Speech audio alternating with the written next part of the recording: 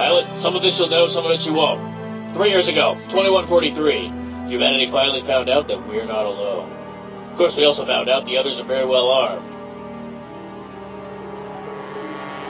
Turns out there's a wormhole gate hidden in our asteroid belt. The enemy emerged from it and attacked without warning. But we're humans. We're remarkably good at fighting, and we fought back, pressing their forces back through the gate which we've held ever since. Unfortunately, we're humans. We're remarkably bad at resource management, and our forces have finally weakened enough for some of those bastards to slip through. They're on their way to Earth, and we're running out of time. That's where you come in, pilot. We need someone of your caliber to fly our experimental and completely untested fighter, the Procyon. Through years of occasionally lethal research on alien technology, they've given it more firepower than most fleets and shields that can block any energy weapon. It's very light and very maneuverable, though that is mostly due to our failure to budget for the heavy armor plating. It's a good ship, as long as you don't get hit by anything bigger than a fist. Now, your mission. Single-handedly repel the entire incoming alien fleet, fly through the wormhole gate to the other side, from which no human has ever returned, and then locate and destroy their base of operations into this conflict once and for all. It's a tall order, but there is a phenomenally slim chance you'll succeed. So good luck. We're counting on you. Make us proud. Do you get how,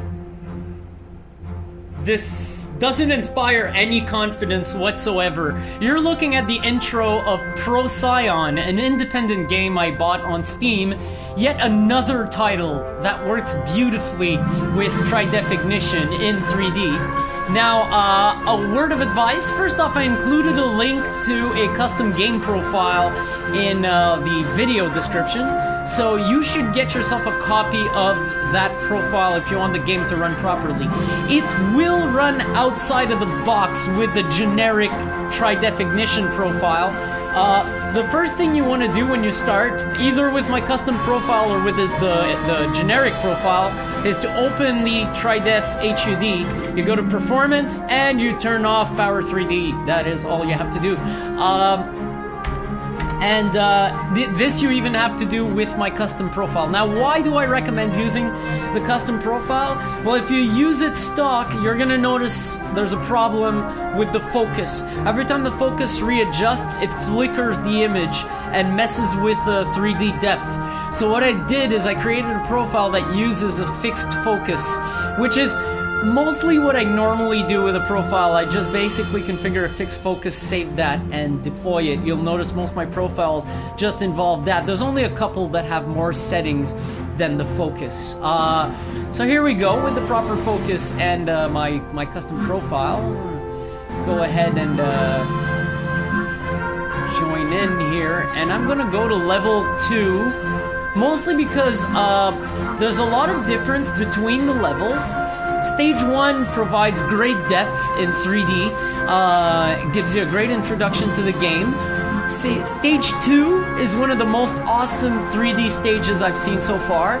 And Stage 3 is far less because there's much less detail in the background. It's mostly a streaming subspace tunnel. Oh look, doesn't that sound like Interleave VR? And I guarantee you I did not play this game before my last development session in Interleave VR, only after. So the similarities are actually coincidental, which I find kind of cool. So I will not go to the Hyperspace Armada for 2 reasons. One, I'll get my ass kicked, like severely. This level I'm having trouble with. And second, Skies of Empire City looks so great that I think this one will do it more justice in a video. So let's go. Congratulations on your continued survival. I'll be honest, I was expecting you to explode the second you got into the air, but so far it looks like the only mistake made is some idiot managed to hook the weapon overdrive up to the shield battery. He's been fired, and while it made me feel a lot better, I'm pretty confident it didn't help you at all. Now, we see that you've arrived at Empire City, which I'm sure you can tell based on the lights in the buildings below you. There's a whole lot of enemies up ahead, and they're not going down without a fight. But I now believe that you've got the guts and the hypothetically working weaponry to bring them one. So get to it. Command out. Alright, so there's 3 main controls in this game. Guns, then the shield, which also activates your sight guns. You gotta manage that a lot because your shield and sight guns have a limited amount of time they can function for. The shield will protect you against impact with some bullets and some enemies to a limited degree. And then there's that beam thingy, which is kind of cool. Looks cool, but so far has not gotten me out of many sticky situations. There we go, take this fucking thing out. There, I ran out of shield right there. That can be a tricky situation where your shield keeps going intermittent like that. Especially when there's the crossed beams. Ah, shit. I wanted to actually use the beam to take those out, and I screwed myself right there. Okay, here come the homing bullets, which I sort of conveniently use the shield to get rid of. Sometimes, ah, shit. This game is all about reaction time, because it does provide you the controls to not lose lives, especially the shield, but you gotta use it right. Here I go, I screwed myself right there. You also have to remember attack patterns of the enemies. Right now, I almost screwed myself again. So it's a really complete shoot-'em-up independent game. I believe it's early access, which surprises me. This looks like a complete product. A short game, but complete nonetheless. And what I like about it, I'll tell you, at first I was like, what the heck is wrong with this game's narrator? It almost sounds like it's a low budget thing, right? But then you realize it's got that tone because of the game's humor style. The way the guy's totally unconfident and just tells you, yeah, so you're gonna go out there and get your ass killed, and we don't really care, so because we're just paying you the money. So I did find that quite funny and enjoyable. I mean, you pick up on the game's humor after some time and realize that it's actually quite smart. The writing is pretty good for an independent game. I'd say it's better than Interleave VR's for now. Interleave VR still, my development project still having a draft script. Oh shit! Man, I got my ass kicked by this level. Possibly because I'm talking at the same time. But yeah, the script in this game is really, really good. It's actually got some good humor. I like the fact that they just really don't care about putting you in something as totally experimental. And the guy, even after your first level, says, frankly, I thought you were gonna explode in the first few seconds. And just makes fun of the fact that your ship is just totally not ready for battle after all. Is basically you're testing it as you go. So I realized what I was playing. I figured, okay, this is really actually totally fitting the game well. I do this part again. There we go. And then take care of this crap. No, stop firing your beam. Woo! Oh, I dodged a close one. Damn. There we go. I did better last time here. There is a bit of memorization, but I gotta tell you, I was playing this game last night and I was able to finish these 2 levels during my first runs. I don't know what's up with my game today. It's not to the top. It really isn't to par. I can do way better than that normally. But you notice the background in this level is freaking awesome, especially for stereoscopic 3D. It's doing great. There's a great level of separation between the foreground, the enemies, the first background, the clouds, and the third background, the second background, the city, all the way down there. It really looks great.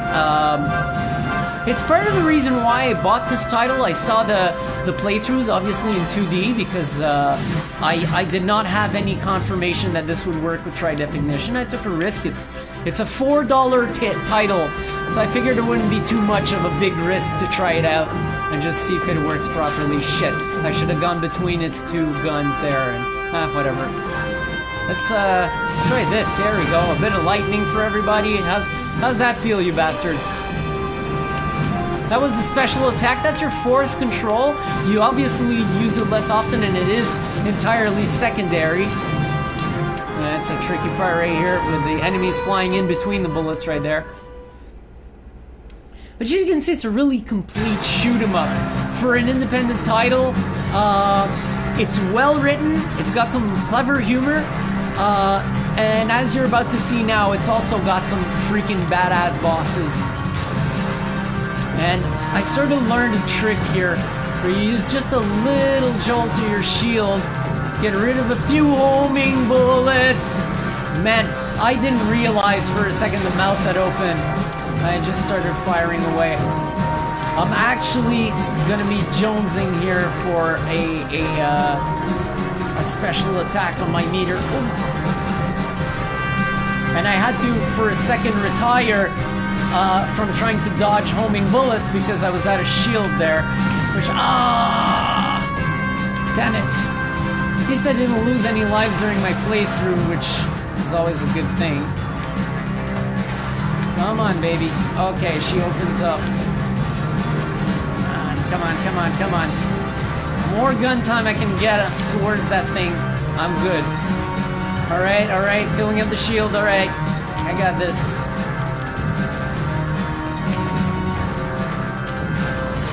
Shit, I'm out of shield. Shit, not now. Damn. Ah, fuck. Fuck me for that. Now, a note on the side. I've played a lot of this game so far, and the third level is highly challenging, and it did get frustrating by some parts. However, this is still not too high of a frustration level to put the game down. It's the type of frustration that makes you want to hit continue right away and just keep playing. Ah, come on, quick! Put me back there. Almost done.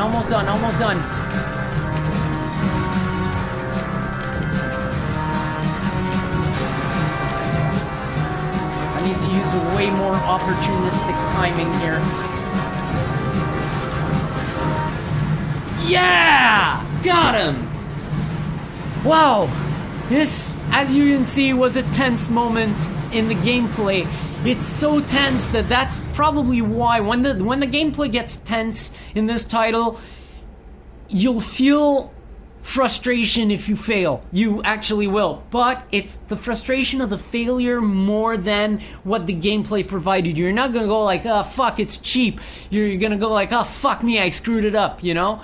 It's a game you'll find yourself restarting often, trying again often.